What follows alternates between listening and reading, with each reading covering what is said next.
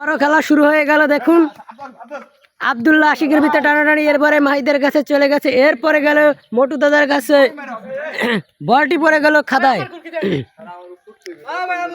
এই সাইডে এক গোল খেয়েছে আর ওই সাইডে গোল দিয়েছে।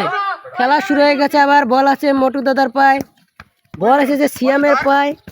ওরে ওরে মারাত্মক শট, খায়রুল চাচার পায় বল গেছে, গোল গোল, কিন্তু গোলকিপার খাবাস করে শট দিয়ে দিয়েছে বডি বিল্ডার মাহিদ খান।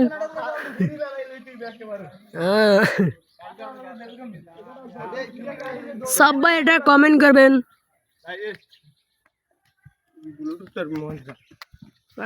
এত ললে বড় হ্যান্ড খুললে পরে গোল হবে, গোল হবে। ও বল চলে গেছে সীমানার বাইরে। আবির ভাই বল ছাড়তে আছে, বল চলে গেছে আবার আবির ভাইয়ের পায়। আপনারা দেখতে থাকুন, সাথেই থাকুন। গোল হবে, আবার গোল হবে, গোল হবে, গোল হবে, হবে হবে, গোল হবে। ওরে শট, ওয়াটার শট, কিন্তু হলো না।